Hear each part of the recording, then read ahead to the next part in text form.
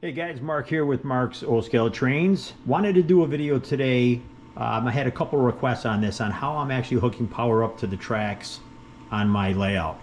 And I'm doing this with a GoPro camera. I'm gonna actually try this GoPro. This is a Hero 10 Black, so it's not the newest one that's out there, but I wanted to try this anyway, just to see how the GoPro compares to the iPhone. So with a couple questions that I've had about how I connect power to my layout, it's really pretty simple using the MTH transformer there, the TIU from the DCS system, and then of course the Lionel legacy base system itself. But currently I'm using right now the Z4000 transformer to power both the outer line and the inner line. The Z4000 is a 400 watt transformer. It has two handles on it, which is going to power one for each track. It's got a couple accessory outputs on the back as well, but this is it's a 400 watt. It'll put out about 21 volts per channel. You can change it with these handles to whatever the voltage it is you want to run, and it's about 10 amps per side before the internal fuse will pop. But it's really pretty straightforward. I'm just coming out of the back of the transformer, and I'll get back there for you. Just coming out of the back of the transformer, you've got track 1 and track 2.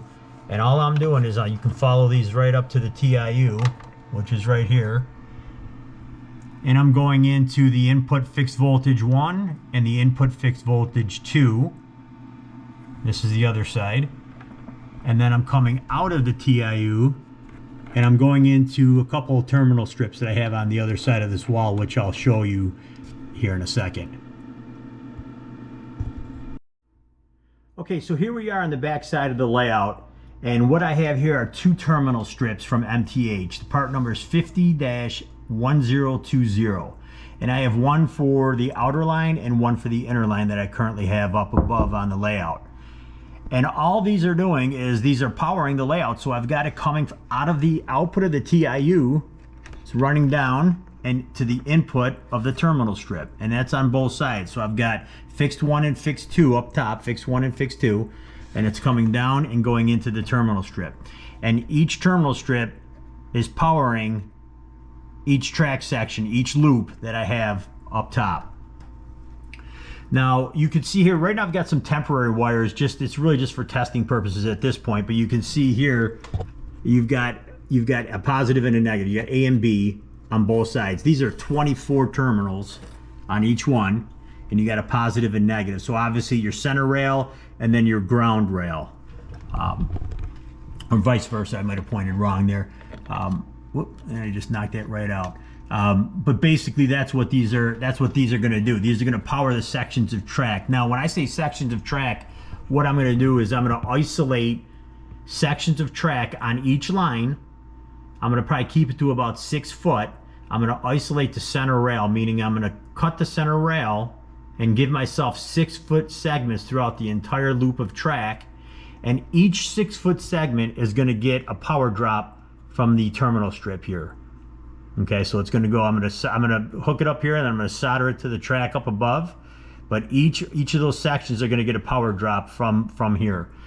Same thing with line 2. And then when I do line 3, and then when I do my yard line, they're all going to have their own power sections and their terminal strips powering those lines.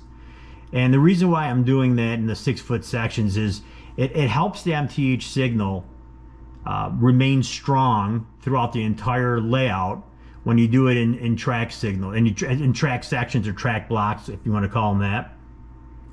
That helps the signal remain strong throughout the entire layout, and it also helps you diagnose some issues. So on the MTH remote or on the app, there's a section in there, there's a feature that allows you to see what your track signal is from 1 to 10 when you're running an engine on your loop.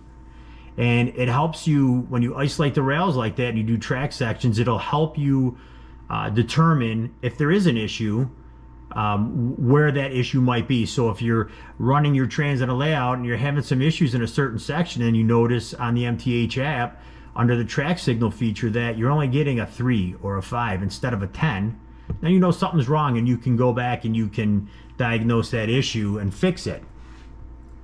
But so that's what I'm going to be doing with all of these sections and all these drops, is I'm going to be running power drops to the sections of track that I do. And I'll do another video on that and how I do it, and when I cut the track sections with the Dremel tool, what I use to fill in that gap for just aesthetic reasons. But I'll do another video on that coming up sometime soon. So now for the Lionel system, the way that I have this hooked up to my layout right now is there's a white communication wire here from the 990 system. It'll be the same thing on the base 3. And I have that running all the way into my negative side. You can see that right there, these connectors. And then I have, and this is on input 1, because the layout's already being powered. I don't need to run any power from for that. I'm just running this white communication wire from the back of the 990 over to the negative side, and then I'm using a jumper to my fixed voltage too. So I'm going from 1 to 2, and then as I have a third line, I'll have another jumper that goes to 3, and maybe even one over here on the for the yard, depending on how I do it. But that's kind of the idea, is just to jumper that over so that each track section has the communication for the base system of Lionel. But that's it. I mean, it's that straightforward. It's that simple. As I do some changes here, I will update the videos and show everybody what I'm doing, and I'll take your advice and comments and kind of go from there with everything. But outside that, that'll be it for this video, and I'll see you in the next one.